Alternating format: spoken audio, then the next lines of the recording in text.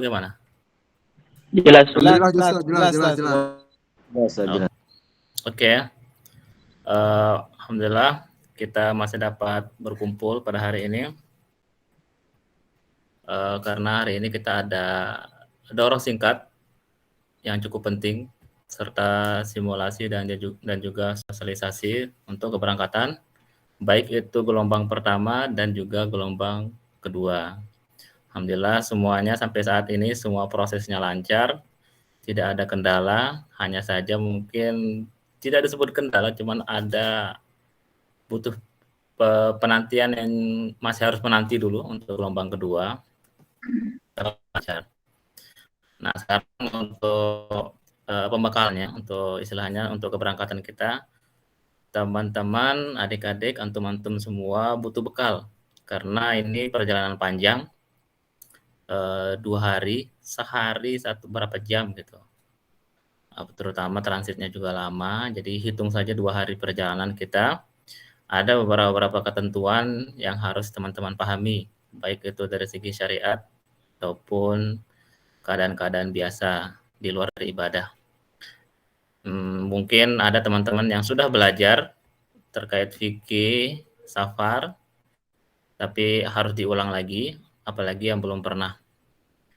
Ya, jadi supaya nggak bingung-bingung nanti bagaimana cara sholatnya, gimana cara bersucinya di atas pesawat, bagaimana cara puasanya karena kita berdepatan dengan bulan puasa kita berangkat ini. Nah, semuanya harus ada pemahaman minimal murojaah bagi yang sudah membaca supaya nggak bingung-bingung nanti.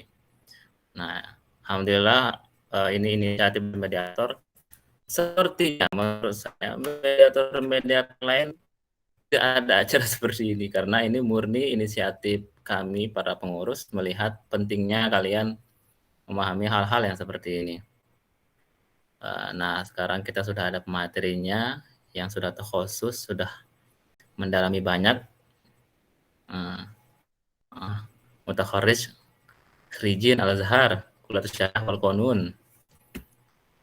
Masyaikh Mahat kita juga, Tuan Guru Ahmad Hulaifi, LCMH.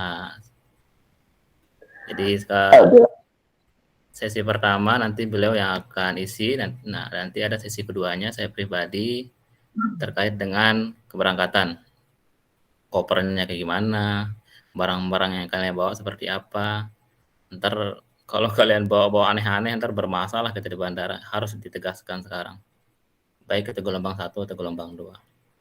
Oke, untuk mempersingkat waktu karena daurahnya singkat saja, hal-hal yang kalian perlukan secara praktek, tidak perlu banyak-banyak teori, dalilnya apa, hilafiat mazhab lain apa, tidak perlu. Yang penting secara praktis, prakteknya saja yang kalian butuhkan.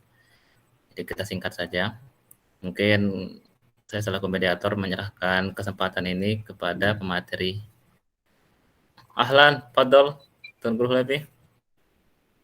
Bismillahirrahmanirrahim. Bismillahirrahmanirrahim. Assalamualaikum warahmatullahi wabarakatuh. Waalaikumsalam warahmatullahi wabarakatuh. Waalaikumsalam warahmatullahi wabarakatuh. Alhamdulillah, wassalatu wassalamu ala sayyidina wa maulana wa syafi'ina Rasulillah Muhammad ibn Abdullah wa ala alihi wa ashabihi wa man wala wala hawla wala quwwata illa billah. Kita bersyukur pada Allah Ta'ala pada hari ini kita diberikan nikmat bersama-sama dalam halaqah ilmiah yang dimana sungguh orang yang menuntut ilmu itu sangat luar biasa. Sekalipun melalui online kayak begini, seperti Syekh Yusri pernah bilang ada murid yang nanya, Bang Syekh, gimana? Dapat nggak kita ijazah? Sekalipun ngajinya on. Kata beliau, yang penting ngajinya benar-benar. Artinya apa? Melalui ya online juga, insya Allah bisa menjadi ilmu yang bermanfaat. Salawat beriring salam kita hadiahkan kepada baginda Rasulullah Sallallahu Alaihi Wasallam, sosok yang mengajarkan kita sesuatu yang kita butuhkan dalam kehidupan dunia, dalam kehidupan akhir. Nah, insya Allah pada kita akan membahas ada beberapa penting yang kami rasa seperti apa yang dikatakan oleh Ustaz Azmi tadi bahwa ini penting. Nah, jadi ada beberapa materi yang akan kita baca sedikit. Nah, insya Allah nanti kita banyak ketanya. Nah, pertama mungkin yang bakal kita bahas itu misalnya syarat boleh atau tidaknya puasa. Nah, maksudnya karena safar yang tadi, cara bersuci di pesawat, apakah harus berwudu dulu? Nah, masa nanti gitu di pesawatnya. Nah, berikutnya, bagaimana kira-kira? Ntar kan di sini pelunggu puasa nih. Nah, sampai Mesir itu kan ternyata lebih mundur lagi waktu. Nah, puasa kita ngikutin yang di mana? Apakah ngikutin yang di Indonesia? Ataukah ngikutin tempat yang kita tuju tersebut? Nah, kemudian bagaimana sholat lil waktu, bagaimana syarat-syarat musafir yang boleh tidak berpuasa, boleh boleh jamak kasar dan sebagainya. Yang pertama, langsung saja tentang musafir yang boleh untuk tidak berpuasa, yaitu fa'idatu min ayamin ukhar, pada hari-hari yang lain bakalan diqadha nantinya, yaitu satu, itu dijelaskan ayyakuna safaru tawilan. Syarat musafir yang boleh orang tersebut tidak berpuasa, yang boleh orang tersebut menjamak mengqashar salat, satu adalah ayyakuna safaru tawilan, hendaknya musafir yang panjang. Apa maksudnya musafir yang panjang? Musafir yang tersebut adalah kurang lebih dalam kitab itu ada yang mengatakan 83 kilo, ada yang mengatakan 82 kilo. Nah, jadi yang kita lihat di sini jaraknya, bukan ngelihat bukan ngelihat jarak tempuhnya. Nah, jadi jaraknya. Jadi karena ada orang nanya bilang, ini kan dekat Jakarta sama Lombok, masa bisa jamak kasar, masa bisa ini, sedangkan perjalanannya kayaknya 1,5 jam, kayaknya sampai dari Iqmal ke Mataram. Nah, jadi yang dilihat itu bukan jaraknya, pasti jarak tempo perjalanan, tetapi yang dilihat itu adalah jarak dari mana kita pergi menuju tempat yang kita tuju. Maka oleh karena itu, syarat yang pertama ayyakuna safaru qawiyah. Yang kedua, baru boleh dia itu suaranya kurang jelas ya atau gimana?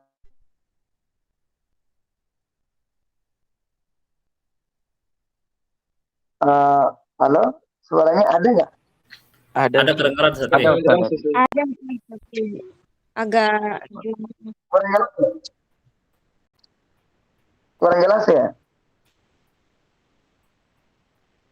Kurang jelas atau jelas? Biar saya agak kurang jelas sedikit. Teman-teman.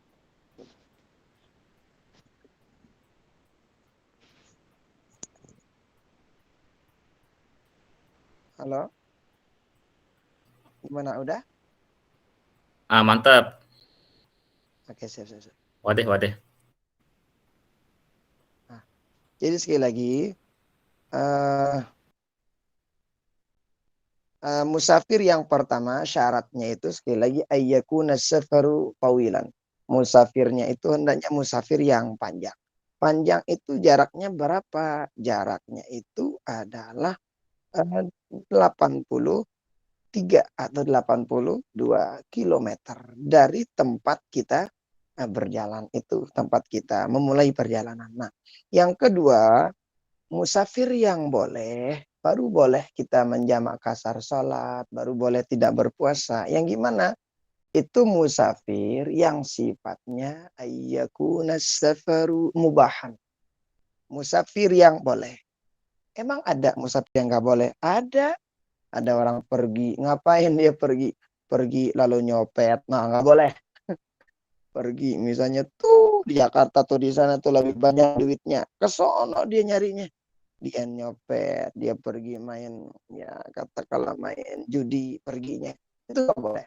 Tapi kalau musafirnya boleh. Yang mana musafir boleh? Satu, musafir untuk nuntut ilmu, seperti perjalanan pelungguh yang bakalan ke Mesir nuntut ilmu. Dua, musafir nyambung silaturahim, mungkin dia pulang kampung atau mungkin dia pergi ada saudaranya, saudarinya yang kurang sehat di seberang sana.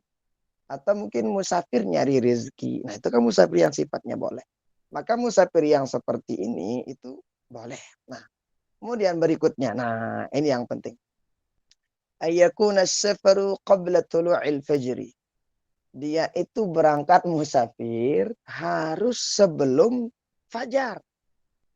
Jadi sebelum subuh, berarti kalau berangkatnya jam 8, selesai subuh, wajib puasa. Nggak macam-macam.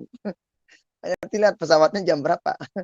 Nah, jadi itu syarat yang ketiga. Nah, sehingga biasanya kami kalau dari Mesir berangkat kalau pulang misalnya Ramadan itu biasanya sebelum subuh kita berangkat. Nah, jadi kita boleh tidak berpuasa boleh. Nah, ketika tercapai syarat yang tiga, maka boleh pelunggu tidak berpuasa. Kenapa? Sudah mencukupi tata cara syarat-syarat yang sudah disebutkan oleh para ulama. Nah, ini syaratnya baru boleh kita tidak berpuasa dalam keadaan musafir. Nah, kalau tidak mencukupi syarat itu, ya udah maka wajib berpuasa. Nah, oke. Berikutnya, bagaimana kita nih sekarang puasa di sini, katakanlah kan sekarang jam 5 lah. Maka di Mesir itu sekarang masih jam berapaan saat ini? Beda 6 jam kali ya. Iya, mundur 6 jam kita lebih cepat. Jadi sekitar masih Mundur 4 pagi. jam. Yang Ya, kita jam-jam masih pagi banget. Afwan Oke. Ustadz, Assalamualaikum warahmatullahi wabarakatuh. Salam. Nah, jadi berikutnya itu baru boleh safar yang apa namanya? Mana yang kita ikutin? Apakah ngikutin tujuan tempat tujuan ataukah ngikutin dari mana tempat kita memulai puasa? Nah, jadi yang kita ikuti itu adalah tujuan kita berpuasa. Tempat tujuan maksudnya. Jadi kalau misalnya kita berangkat di sini, katakanlah jam sekarang atau pagi, besok ternyata di sana itu masih pagi nyampe sananya, maka itu gimana? Ngikutin yang di sana atau ngikutin di sini? Ngikutin tempat yang di mana kita berada pada saat tersebut. Nah, jadi itu yang kita ikutin. Sama dengan orang yang nggak bisa juga kita ikutin. Misalnya ada orang mau sholat zuhur, dia sedang di Lombok, dia ngikutin sholat zuhur yang di Makkah, yang nggak bisa. Kenapa? Di Makkah itu beda modelnya, artinya beda waktunya. Itu ada di mana? Di dalam kitab Ittihaful Ana fi Ahkamis Syiyam. Nah, itu yang berikutnya. Nah, kemudian berikutnya, bagaimana tata cara bersuci di pesawat? Di pesawat itu kita boleh bersuci hendaknya dengan tayamum. Nah, tayamum itu kan taharatun khafifah. Apa itu taharatun khafifah? Taharah yang sifatnya ringan saja. Dia tidak mengangkat hadas, hanya saja dia ini sebagai pengganti wudhu. Makanya niat tayamum bukan niat untuk lirafil hadatsil asghar, enggak. Niat tayamum tergantung dari apa yang kita lakukan selesai tayamum. Contoh, niat tayamum, nawaitu tayammum listibahatis shalah. Saya berniat tayamum supaya saya bisa sholat. Nawaitu tayammum liqiraatil Quran. Saya berniat tayamum supaya saya bisa baca Quran. Nah, gitu-gitu. Nah, jadi beda sama wudu. Sehingga tayamum itu hanya boleh satu sholat fardu saja. Atau satu sholat fardu tambah dengan sholat-sholat yang lain. Tapi kalau dijadikan misalnya dia tayamum waktu maghrib, nggak mau tayamum lagi waktu isya, nggak boleh. Kenapa? Karena tayamum ini toharah khafifah. Nah, bagaimana tata cara tayamum? Nah, tata cara tayamum itu adalah Rukun tayamum dulu. Rukun tayamum itu dalam kitab yang satu itu kadang 3, yang kitab yang lain kadang 5. Jadi satu, niat tayamum itu adalah an-niyah. Niat itu wajib. Yang kedua, naqlut turab, memindahkan debu dari telapak tangan menuju menuju inilah muka yang diusap sama tangan yang diusap. Nah, kemudian berikutnya tertib. Nah, itu yang menjadi apa namanya rukun tayamum. Nah, sehingga nanti kalau pengulu tayamum saya rasa pasti udah bisa kali ya tata cara tayamum itu. Nah, adapun mungkin nanti kalau yang belum jelas bisa perlu tanyakan. Nah, kemudian berikutnya, bagaimana tata cara kita sholat di atas pesawat? Bagaimana itu? Apakah kita sholatnya rotul waktu atau apakah sholatnya kita langsung aja sholat zuhur, sholat asar di pesawat? Bagaimana kira-kira? Nah, kalau kita baca dari kitab fikih, memang yang boleh itu ketika sholat dalam perjalanan itu sholat nafil, sholat sunnah. Adapun sholat fardu itu harus kita lakukan sesuai dengan tata cara atau syarat yang sudah ditentukan dalam agama kita. Nah, maka kalau dalam perjalanan ada namanya rukhsah. Rukhsah itu keringanan bagi orang-orang yang tentunya dalam keadaan musafir. Nah, maka boleh dia sholat jamak, dia sholat kasar. Nah, maka nanti jamak itu apa? Menggabungkan antara dua sholat. Qasar itu apa? Meringkas sholat yang 4 menjadi 2. Nah, tapi ingat, nggak boleh sholat subuh diringkas jadi 1. Nggak ada. Atau sholat maghrib menjadi 1,5, ya nggak ada. Yang boleh di qasar itu hanya sholat yang 4 rakaat saja, yaitu zuhur, asar, dan isya. Nah, jamak ini ada 2. Ada jamak takdim, ada jamak takhir. Jamak takdim itu apa? Mendahulukan asar dilakukan pada sholat zuhur. Jamak takhir mengakhirkan asar, mengakhirkan zuhur dilakukan pada sholat asar nanti. Nah, ini kurang lebih. Nah, sehingga sangat penting untuk perlu ketahui bersama nanti ketika mau untuk melakukan safar. Nah, di antaranya nih, nah, jangan lupa ketika nanti ada kita misalnya jamak takhir, syarat takhir di antaranya apa? Hendaknya berniat untuk melakukan sholat yang bersangkutan pada waktu yang lain. Contoh, ada misalnya kita sedang perjalanan, waktu itu datang waktu zuhur. Kita tidak bisa melakukan zuhur. Kenapa? Karena sedang dalam perjalanan. Maka ketika azan zuhur, niatin saya pengen jamak takhir zuhur ini nanti pada waktu asarnya. Nah, baru boleh. Nah, tapi kalau ya itu nggak boleh. Nah, jadi harus diniatin. Kalau nggak diniatin nggak boleh, berdosa. Nah, jadi itu kurang lebih ya. Jadi ini di antara sholat jamak, ranjol sholat kasar gitu ya. Nah, jadi nanti di pesawat itu pelunggu boleh untuk sholat sunat saja. Adapun sholat fardu itu sholatnya hurmatan lil waqti, kan menghormati waktu saja. Begitu kurang lebih. Oke. Insya Allah selebihnya nanti kita ke tanya jawab yang akan dikomandoi oleh Afwan, Ustaz, kurang jelas suaranya, Ustaz. Kurang jelas ya? Siapa itu? Kurang jelas ya? Perasaan jelas kalau saya dengar. Gimana teman-teman lain? Mungkin sinyal di sini, Ustaz. Sorry. Agak Ustaz.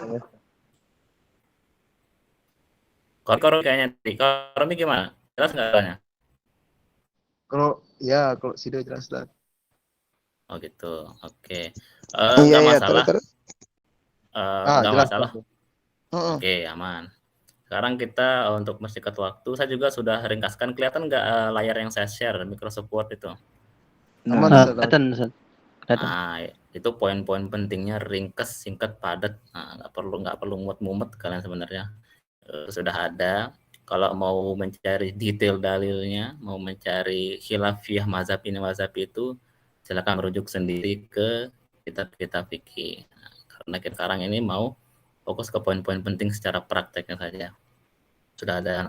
Nah, sekarang mungkin ada beberapa yang belum jelas atau mungkin ada beberapa yang ingin diketahui terkait safar tapi ya puasa Rokah lainnya ya bersuci mungkin ada yang perlu ditambahkan, silakan bertanya. Silakan kalau ada yang mau bertanya. Assalamualaikum, mau bertanya. Warahmatullahi wabarakatuh. Langsung.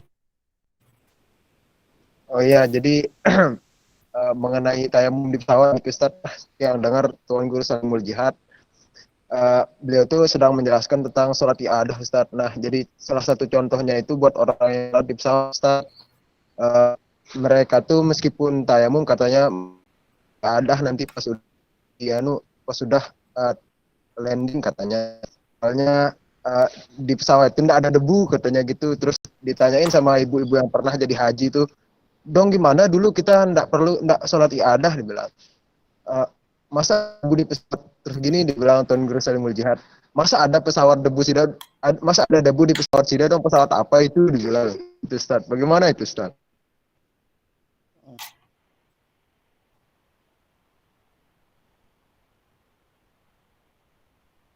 Siap. Oke. Mau dijawab langsung atau ditampung dulu Satfi? Tuan Guru Satfi. Langsung aja kali ya. Yes, Ustaz. Oke, betul. Ya, memang nanti dia sholatnya, sholat i'adah. I'adah itu sholatnya gimana? I'adah itu sholatnya sah, cuman maksudnya sholat yang dilakukan itu yang tadi itu sah. Hanya saja dia itu sholatnya wajib diulangi. Dan niatnya itu i'adah itu kan mengulangi itu. Nah, jadi dia niatnya mengulangi sehingga benar. Jadi dia sholat di pesawat itu hurmatan lil waqti. Dia sholatnya untuk menghormati waktu, bukan untuk sholatnya itu apa? Untuk langsung jadi itu, enggak. Nah, jadi dia itu nanti wajib ini sholat itu yang dilakukan di atas pesawat. Kenapa? Sholatnya hormatan lil waktu. Kita nggak bisa ruku, nggak bisa ini, hadap kiblat kita nggak tahu kan ketika di pesawat. Nah, sehingga rukun-rukun sholat itu kemungkinan tidak bisa dilakukan. Sama halnya dengan ketika dia mau itu seperti yang tadi, benar mungkin tidak bisa untuk dilakukan seperti itu, maka dia itu wajib i'adah. Jadi dia i'adah mengulangi sholat yang sudah dilakukan di pesawat itu. Benar, memang harus i'adah. Allah Ta'ala. Oh, tamam Ustaz, tamam, syukran. Oke, sekarang pertanyaan selanjutnya, silakan langsung.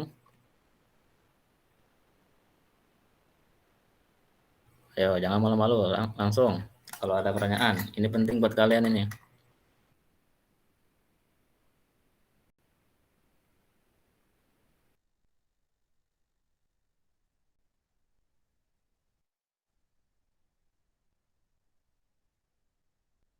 Ayo, silakan yang mau bertanya.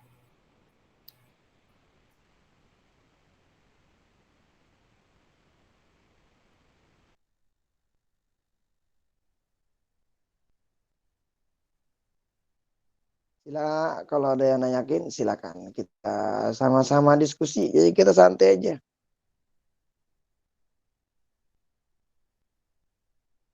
Oh, mungkin nih Ustaz Fi, Tuan Guru. Oh, tuh ada tuh, Ahlan. Silakan. Ini Ustaz, misalkan di perjalanan itu kan dari Jakarta ke Abu Dhabi itu belasan jam ya Ustaz, kalau nggak salah.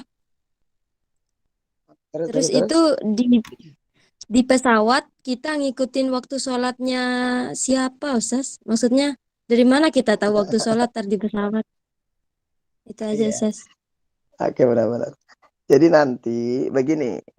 Jadi insya Allah dia kurang lebih perjalanan dari Lombok ke Jakarta itu kurang lebih 1,5 jam. Dari Jakarta ke sana ke Abu Dhabi 9 jam kurang lebih. Dari Abu Dhabi ke Mesir 4 jam kurang lebih. Begitu kurang lebih. Nah, Jadi kalau di pesawat itu kira-kira kita ikutin yang mana ya itunya ya. Nah, jika di pesawat itu nanti biasanya itu kira-kira nanti Polonggo berangkatnya dari Jakarta jam berapa, Ustaz Azmi? Sore sekitar jam 5. Baik. Berarti ketika jam 5 nanti Polongo atau udah zuhur kan udah di Jakarta tuh, maka Polongo langsung aja jamak kasar sholat zuhur sama asar. Nah, nanti terus sampai Abu Dhabi jam berapa? Sampai Abu Dhabi.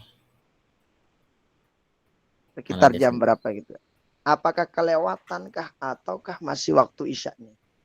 Sampai di Abu Dhabi kita jam 10 waktu setempat, jam 10 malam. Nah, maka ketika jam 10 malam begitu, maka pelunggu langsung niatkan maghribnya ditakhir jamak takhir nanti dilakukan di Abu Dhabi. Nah, sehingga ketika naik pesawat, nanti kira-kirain aja, katakanlah misalnya pelunggu jam 5 naik. Nah, kemudian nanti dikira-kira, udah 1 jam nih, udah berarti kalau udah 1 jam atau 2 jam masuk waktu maghrib. Niatkan maghrib itu untuk dilakukan di jamak takhirkan dan nanti dilakukan nanti di Abu Dhabi di jamak takhir untuk ke Isya dan dilakukan di Abu Dhabi. Nah begitu kurang lebih. Jadi ngikutin waktu yang nanti pelunggu yang di sana. Nah, jadi insya Allah nggak ribet-ribet amat lah. Tapi ingat jamak takhir baru dia sah kalau diniatkan jamak takhir dari sejak awal. Begitu kurang lebih. Ayo silakan, ada yang bertanya lagi? Assalamualaikum warahmatullahi wabarakatuh. Izin tanya, Ustaz. Waalaikumsalam warahmatullahi wabarakatuh. Oke. Waalaikumsalam warahmatullahi Nah, jadi salah satu inisiatif kita kan ketika kita menjadi musafir itu adalah kita melaksanakan sholat jamak dan qashar. Apakah bisa kita melaksanakan sholat jamak sekaligus di qashar gitu, Ustaz? Oh iya. Mungkin itu aja, Ustaz. Oke. Apakah boleh sekali waktu atau sekali-kali kita jamak sama kita qashar langsung? Apakah boleh atau tidak? Boleh. Jadi boleh pelunggu misalnya sekarang mau sholat zuhur nih. Maka sholat zuhur untuk sekarang sholat zuhur katakanlah pelunggu nanti sampai Jakarta. Jam berapa sampai Jakarta, Ustaz Azmi? Sampai Jakarta jam sampai jam 9.35 pagi. Oke, berarti jam 9.35. Berarti masih pagi ya. Nah, nanti kembali pelunggu sholat zuhur sama asar di Jakarta. Nah, bagaimana tata caranya? Pertama, pelunggu sholat zuhurnya langsung sholat zuhur 4 rakaat. Nah, sholat asarnya boleh pelunggu jamak takdim dan qashar. Artinya asarnya pelunggu lakukan di waktu zuhur, sekaligus asarnya itu pelunggu lakukan dalam keadaan qashar 2 rakaat. Boleh? Silakan boleh. Nggak apa-apa, nggak apa-apa. Kenapa? Jamak di qashar, nggak apa-apa. Makanya ada namanya jamak qashar. Nah, begitu kurang lebih. Boleh. Bagaimana misalnya kita lakukan zuhur itu pada dengan menggunakan qashar? Boleh apa tidak? Boleh. Pelunggu qashar zuhurnya nggak apa-apa. Nah, jadi zuhurnya pelunggu lakukan 2 rakaat karena niat qashar boleh. Tetapi karena kebetulan nanti zuhurnya itu pelunggu ada itu kan melakukan sholat zuhur itu dalam keadaan pada waktunya gitu. Jadi kan ada qadha, ada yang ada. Apa bedanya? Kalau sholat ada itu dilakukan pas pada waktunya. Maka zuhur nanti pelunggu lakukan pas pada waktunya. Artinya apa? Boleh pelunggu lakukan sholat zuhur 4 rakaat. Yang kedua, boleh nggak kita sholat zuhur dalam keadaan qashar misalnya? Boleh, karena pelunggu sedang musafir. Nah, begitu kurang lebih. Nah kemudian berikutnya itu aja ya, boleh? Ya boleh. Udah habis, selesai. Boleh. Itu Nah, kurang Ustaz. lebih. Syukran. Ayo, afwan.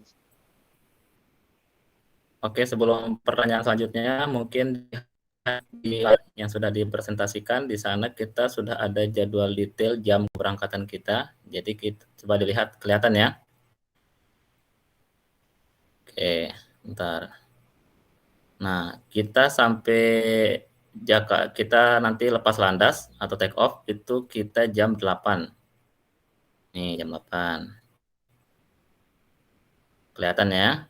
Nah, kita berangkat, terbang kita nih jam 8 dari Lombok. Nyampe-nya jam segini. Jam 9.35. Oke. Terus kita berangkatnya ke internasional, keberangkatan internasionalnya. Check in, take off-nya jam segini. Di nomor 7, jam 17. Jam 17 itu belum maghrib. Maghrib biasanya jam 18 sekian-sekian. Jadi belum maghrib dia. Jadi kita belum bisa melakukan sholat maghrib yang kita mau jamak dengan sholat isya. Belum bisa. Nah, jadi nanti kita perkirakan ketika kita sedang dalam pesawat. Nah, ketika dalam pesawat kalau sudah masuk waktu maghrib, baru kita langsung niatkan jamak sholat maghrib kita sama isya. Nanti ketika nyampe di Abu Dhabi jam 10 malam, baru kita jamak takhir di sana. Itu ya kurang lebih. Terus jadi diperkirakan saja waktunya ya, sekitar tunggu sejam 2 jam mungkin, insya Allah masuk waktu maghribnya. Terus kalau bertanya bagaimana cara tahu jamnya, di fitur HP masing-masing sebenarnya ada clock di sana. Default, program default, maksudnya itu program bawaan HP itu sudah ada clock. Nah, di clock itu ada di sini. Ini Samsung ya, punya saya Samsung, kayaknya yang lain ada deh. Ada world clock, jam dunia. Nah, itu kalian bisa tambahin mau jam apa. Saya sudah ada dua jenis jam. Ada jam Kairo sama jam Wita. Nah, jadi di Kairo sekarang jam 11 pagi, kita sekarang sudah jam 17. Nah, jadi kalian tambah aja mulai dari sekarang jam Kairo. Kalau bisa tambah jam Abu Dhabi juga. Jadi kelihatan dia jalan terus. Ya, gimana? Coba cari di HP sendiri, ada world clock, silakan ditambahin. Tambahin jam Abu Dhabi sama tambahin jam Kairo. Udah ada sambil jalan berduaan dia. Jam yang Wita jalan, yang Kairo juga jalan, jadi kita tahu secara detail jam berapa di Kairo sekarang. Sekarang di Kairo jam 11.13, masih pagi di sana. Afwan ya Ustaz, mohon bertanya, apakah kita puasa apa enggak besok Ustaz?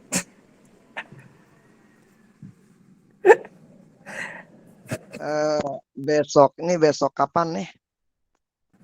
Hari Sabtu itu Ustaz. Sedangkan kita tuh ya kan dalam tadi itu ada daftar itu kan ada isoma bilangnya istirahat, makan juga ada bilangnya di sana. Sedangkan itu waktunya itu masih di Indonesia. Apakah gimana kebijakannya Ustaz? Apakah kita puasa apa enggak? Tadi udah kita sebut bahwa syarat musafir yang boleh tidak berpuasa itu kan 3. Kalau sudah mencukupi syarat yang 3, maka boleh pelunggu tidak berpuasa. Syaratnya kan yang pertama, ya musafirnya lebih dari 83 kilo. Kemudian yang kedua, musafir yang boleh. Ketiga, berangkatnya sebelum subuh. Pelunggu nanti berangkat jam berapa dari sini? Setelah subuh. Setelah 10 jam 6. Nah, Berangkat dari sebelum rumah subuh aja. Nah, berangkatnya saya rasa sebelum subuh pelunggu berangkat dari rumah. Iya, supaya dapat rukhsah, enak loh. Dekat kalau kita Ustaz dari bandara 15 menit. Ya, kalau bagi pelunggu nggak boleh, yang lain ya boleh. Kalau sudah nggak boleh. Bukan saya yang ngomong ya, tapi kitab yang ngomong. Tapi paling aman ya pelunggu berangkat aja dari rumah, dari rumah itu. Soal 5 kilo dari bandara Ustaz. Tinggal pelunggu atur aja. Yang penting itu kata kitab, biasanya nggak berani. Nggak puasa dah. Tengguru Hulaifi, bagaimana kalau semisal dia dekat dari bandara memang sekitar cuma 1 kilo 2 kilo mungkin, tapi perjalanannya dimulai dari sebelum subuh, nanti kan dia nyambung ke berangkat ke Jakarta jam-jam 8. Apakah dia masih terhitung dia tuh dari sebelum subuh? Jadi memang kalau di kitab itu yang penting intinya dia keluar dari rumahnya itu sebelum subuh. Jadi yang penting dia keluar dari rumahnya sebelum subuh. Ya terserah mau kemana kayak gitu, sebenarnya sebelum subuh. Apalagi ini kan udah biasa nih kita mungkin Pelunggu jalan-jalan kemana gitu. Nah, mungkin Pelunggu nanti bisa aja, oke nanti keluarga saya tunggu nanti bandara kan bisa aja begitu. Biar ini kan masalahnya untuk Pelunggu, bukan tuh orang yang nganter. Yang nganter boleh aja belakangan, tapi Pelunggu yang berangkat duluan, terutama yang bakalan pergi safari. Itu kurang. Ya. Sedikit tambahan, jadi syaratnya itu harus keluar dari sur katanya. Sur itu kayak pembatas wilayah kalian keluar ke wilayah lain. Gitu. Jadi kalau niatin berangkat sebelum subuh sampai keluar dari batas, semisal batas dari wilayah kalian. Nah itu kalau sudah seperti itu udah masuk sebagai musafir dengan perjalanan yang jauh. Seperti itu. Ya kayak gapura gitu, kayak pembatas daerah dengan daerah lainnya. Ya kurang lebih ya, dari desa ke desa lain atau mungkin dari kecamatan ke kecamatan yang lain. Pokoknya intinya keluar dah dari rumah.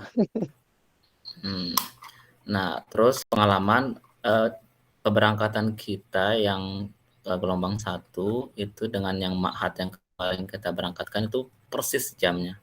Jadi kami yang dari Pancor di Lombok Timur berangkatnya itu pas azan subuh, karena belum puasa ya. Pas azan subuh kita sholat di rumah, langsung kita cus ke bandara di Lombok Tengah.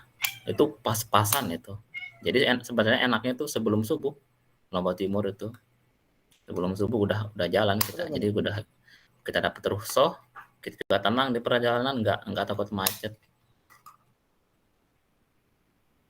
Ya benar. Terus juga ini tadi kan masalah fikih ya, sekarang nanyanya lebih ke teknis kita, apakah puasa atau enggak. Nah, bagi yang mau puasa silakan puasa. Bagi yang tidak mau puasa silakan penuhi syarat-syarat yang dijelaskan tadi. Nah, ya kita nggak berpuasa, ya nggak apa-apa, ada kan terpenuhi syaratnya. Terus isomanya itu nanti di Jakarta kita makan. Kita makan nanti ada konsumsinya nanti, tapi makannya ya ada tekniknya, jangan kita makan depan orang kita melihat-melihatin aja. Ya, jangan kita pampangin diri kita lagi makan minum depan orang, jangan. Yang penting ada konsumsinya nanti. Terus bagaimana kalau tetap mau puasa ada konsumsinya? Ada konsumsinya, tapi konsumsinya khusus. Makanan yang bisa dimakan nanti ketika sudah buka. Makanan yang nggak langsung basi, yang nggak berkuah, yang nggak cepat, yang nggak basah-basah lah, kasih roti, kasih susu, minuman, air putih, nanti bukanya ketika sudah waktunya berbuka. Nah bagi yang ngambil rukhsah ya kita gas, kita makan kan gitu. Berarti ini gas ini Ustadz, nggak puasa. Kalau nanya saya pribadi sih, kalau ada yang mudah kenapa ambil yang ribet? Adinu yusr. Benar tuh Ustaz. Mantap. Betul Ustaz. Karena memang dijelaskan juga dalam riwayat itu, Allah itu demen ketika ada seorang hamba melakukan suatu rukhsah. Tapi ingat ketika udah masuk syarat. Jadi Allah Ta'ala demen diberikan rukhsah, dilakuin rukhsah. Nah, seperti kama yuhibbu katanya. Seperti Allah Ta'ala demen ayyu'ta azimatahu, karena ketika orang melakukan sesuatu yang diwajibkan, seperti karena kadang ada orang ketika pergi umroh dia nemelin jamak kasar sholat, kenapa lalai nidapku mana, padahal itu keringanan dari Allah. Nah ketika orang melakukan keringanan tersebut, Allah Ta'ala demen seperti orang melakukan kewajiban yang diwajibkan oleh Allah. Artinya apa? Tinggal Pelunggu, apakah kita puasa atau tidak? Silakan Pelunggu cari mana paling enaknya. Karena perjalanan Pelunggu jauh, Pelunggu boleh rukhsah. Tetapi ingat, rukhsahnya ada tata cara dan syarat-syaratnya. Kalaupun mau berpuasa, ya udah silakan. Nah, dan ingat, bagi yang berpuasa, fisabilillah, itu pahalanya sangat luar biasa. Sekalipun cobaannya juga luar biasa. Apa katanya? Dijelasin tuh bagi orang yang berpuasa. Man shoma yawman fi sabilillah ba'adahu Allahu ta'ala masirata alfa amin minan nar. Siapa saja yang puasa 1 hari dalam keadaan fisabilillah, Allah Ta'ala jauhkan baginya neraka 1000 tahun lamanya. Dijauhkan baginya neraka. Perjalanan 1000 tahun. Jauh neraka itu 1 hari. Kalau dia bisa berpuasa. Tapi kalau misalnya ngome-ngome ketika nanti batur jemangan itu jendek, dendek bapak buka, dendek bapak puasa. Minat-minat dosa. Nah, Puasa jadi bagi tinggal orang yang pilih. mampu. Nah, gitu kurang lebih. Allah Ta'ala. Terus tambahannya juga seperti yang dijelaskan tadi tentang jam, perbedaan jam kita yang Wita, spesifiknya Wita ya, Indonesia Wita dengan Mesir itu sekitar berapa nih? Di sana jam 11, kita jam 17, jadi sekitar 6 jam kita lebih cepat. Nah, Benar. jadi kita lebih cepat. Jadi kalau kita ke sana nih, ke timur istilahnya, makin panjang jam kita, semakin mundur kita. Nah, itu yang perlu diperhatikan. Dan kita mengikuti jam puasa yang di tempat kita sedang berada. Nah, itu yang perlu kalau yang mau puasa itu yang perlu diperhatikan. Jadi diperhatikan jamnya. Biar nanti berbuka nih, kapan kita buka nih, nah, lihat jamnya. Work clock-nya lihat. Ikutin jam yang itu. Makin lama dong saat buka puasanya. Ya, bisa dibilang begitu karena mengikuti jam setempat. Oleh karena itu, menurut saya pribadi, ambil rukhsah saja. Tapi ingat, harus terpenuhi syarat ketentuan dan semuanya. Tata caranya harus benar. Itu. Terus jangan kalian juga antum-antum kayak apa tuh, terlalu mendemokan gitu. Jangan puasa yuk, biasa aja. Terkesan jelek soalnya. Terus juga yang saya sedikit perjelas Tuan Guru Hulaipi masalah Allah itu bahagia kita ngambil rukhsah, itu benar sekali. Jadi ada penjelasan perdebatan ulama mana yang lebih afdol, kita ambil rukhsah atau kerjakan tanpa rukhsah. Nah, emang perdebatannya nggak habis, tapi perlu kalian tahu pandangan yang memilih rukhsah, ulamanya bilang karena rukhsah itu bentuk rahmat Allah kepada hamba. Nah, Allah itu suka sekali kalau rahmatnya itu dipakai sama hambanya. Misal orang tua itu sayang sama kita, dikasih kita uang belanja sama orang tua, ini nak buat kamu belanja. Itu kan bentuk rasa peduli dan sayangnya sama kita supaya kita bisa belanja. Orang tua itu pasti suka kalau kita ambil uang itu dan kita pakai belanja, dibanding kita ambil dan nggak kita pakai. Mbak kok terkepeng kosan demi kodua, nah gitu kan bahasanya. Jadi kalau dipakai uang yang saya kasih itu, begitu logika yang dipakai ulama yang mengambil pendapat afdol ngambil rukhsah. Jadi Allah merasa tersanjung ketika rahmatnya itu diambil, kasih sayangnya itu nyampe ke hambanya. Seperti itu. Tapi apakah boleh berpuasa, tetap berpuasa? Boleh. Ada pendapat yang lainnya mengatakan afdoliyahnya tetap berpuasa karena menjalankan perintah itu selalu lebih baik daripada tidak dijalankan. Yang azimah maksudnya. Gitu ya. Apakah ada pertanyaan lagi? Soal?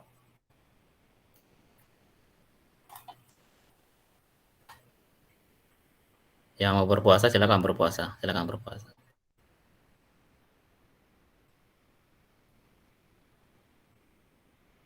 Ayo, ada pertanyaan lagi nih? Kalau tidak ada, kita lanjut ke sesi kedua. Ayo, masih ada pertanyaan? Mungkin saya Ustaz mau bertanya. Alan, Fadol. Untuk waktu di jadwal keberangkatan ini zona waktu yang dipakai yang mana Ustaz? WITA atau UI? Yang kenapa kita nggak tulis WITA, nggak tulis WIB itu karena dia pakai jam setempat. Misal ada Ada jam 10 dibilang situ, jam 10.05. Lihat kita sedang di mana. Kalau masih di bandara Bil Lombok berarti itu pakai Wita. Terus dibilang itu jam 22. Jam 22 apa nih? Malam di mana nih? Nah, lihat keterangannya lagi di mana. Itu ada keterangannya kan? Nah, sampai di bandara di Ubti jam 10 Abdi. Gitu. Jadi umumnya merujuk ke keterangan yang ada. Begitu juga dilihat di tiket internasional kalian. Berangkat dari jam ini sampai jam sini. Nah, itu dia pakai keterangan jam setempat. Ada kan tiket kalian tuh, jam yang dipakai itu jam setempat. Oke, satu ada, Ustaz. Nah, visual kapan? Foto? Ustaz, apaan, Ustaz? Ya, silakan. Masalah transit di Abu Dhabi-nya kan agak lama, Ustaz. Apakah perlu kita bawa mata uang di sana? Kan nggak dikasih bawa air banyak di pesawat, Ustaz. Apaan? Oke. Berarti saya tampung ya, karena itu masuk ke sesi kedua. Sekarang kita masih lebih ke ibadah fikih, ibadah safar dulu. Nanti kita jawab yang itu ya, di sesi kedua. Oke, yang kita khusus yang fikih ibadah seputar safar dulu. Kita selesaikan sesi pertamanya. Ayo, ada lagi?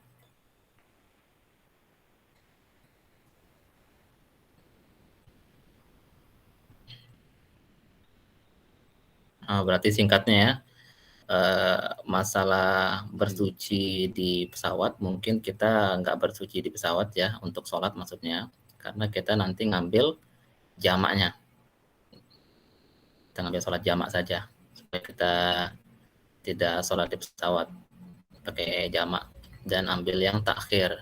Nanti kita kerjakan ketika sudah landing, ketika sudah sampai. Ingat, harus sudah diniatkan di jam sholat yang pertama. Kan ada dua jenis sholat. Nah, di sholat pertama harus diniatkan mau jamak.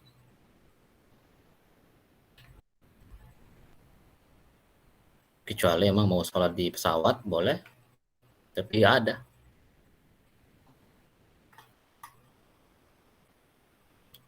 Ya, visual. Kalau sudah paham ya begini-begini nih, justru makin enak ibadah kita. Ya, ala kulli hal, pelunggu tenang aja, insya Allah nanti Ustaz Azmi yang bakal membimbing pelunggu. Sekedar materinya aja, nanti kan ada pembimbing pelunggu nanti Ustaz Azmi insya Allah. Khair insya Allah, tamam. Kuwaisallah. Oke, sepertinya tidak ada pertanyaan Tuan Guru Hulaifi. Mungkin sesi pertama kita sudahi. Fi ikhtitam, Tuan Guru, ikhtitam untuk sesi pertama apa gitu? Ya, jadi teman-teman sekalian, adik-adik sekalian, bahwa pelunggu sekarang saya rasa sedang berbahagia banget, dan jangan lupa perbaiki niat bagus-bagus dan jaga pergaulan, dan di sana maksudnya sama lupa agama itu mudah tetapi tidak boleh dimudah-mudahkan. Agama itu gampang tapi jangan digampang-gampangin, sehingga kita bahas yang ini untuk sebagai bekal pelunggu. Nah, sekali lagi saya hanya sekedar materinya saja, nanti praktiknya langsung sama Ustadz kita, Ustadz Azmi insyaallah. Oke, syukran jazila Ustadz Azmi sama semuanya. Assalamualaikum warahmatullahi wabarakatuh. Waalaikumsalam warahmatullahi wabarakatuh. Oke, alhamdulillah sesi pertama kita sudah selesai. Kita lanjut ke sesi kedua. Nah, sesi kedua ini nggak kalah penting. Ya, saya sendiri yang akan memandu sesi kedua. Sesi kedua ini penting karena jangan sampai kalian ngangak di bandara, ntar bahaya kalian.